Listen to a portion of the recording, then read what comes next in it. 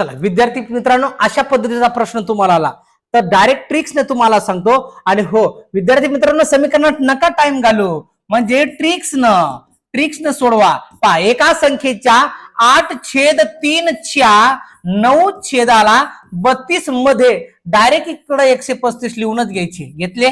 चला, मिळवल्यास त्या संख्येच्या तिप्पट संख्या मिळते, तर ती संख्या शोधा अगदी सोप्या भाषेत. 8 1 8, 8 चूक 32, 3 1 3, 3 त्रिक 9, 3 छेदाला 4 बरोबर 135 लिहून घ्यायचं. आता छेदाला एक गुणाकारात पाठवून घ्या, अंशाला एक छेदाला पाठवून घ्या.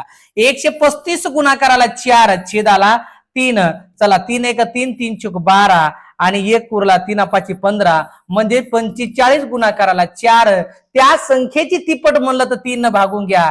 3 1 3, 3 1 3, 3 5 15 आणि 15 चूक 60. विद्यार्थी मित्रांनो, आवडलं ना? अशीच उदाहरण आपल्या ऑनलाईन बॅच मध्ये घेतलेले आहे. आवडल्यास नक्की लाईक शेअर फॉलो सबस्क्राईब सोबत करा.